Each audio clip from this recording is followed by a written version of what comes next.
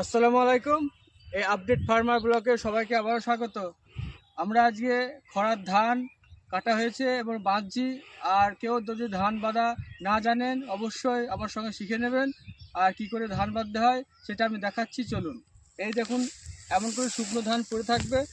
আর তলা থেকে আপনারা এতটুকু ছোট নেবেন, এরকম করে জড়িয়ে এরকম করে পাক দিয়ে, একবার পাক দিয়ে এই জিনিসটা এখানে ঢুকিয়ে দেবেন। তারপরে এরকম টানবেন, যত টানবেন তত শক্ত হবে।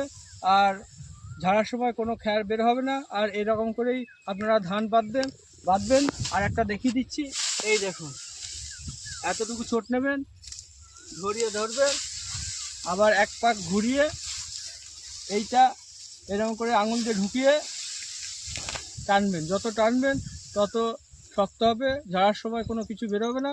আর এরকম করেই আপনারা ধান বাঁধবেন। আর এরকম নিত্য নতুন ভিডিও পেতে হলে অবশ্যই আমাকে সাবস্ক্রাইব করে দেবেন। আসসালামু আলাইকুম।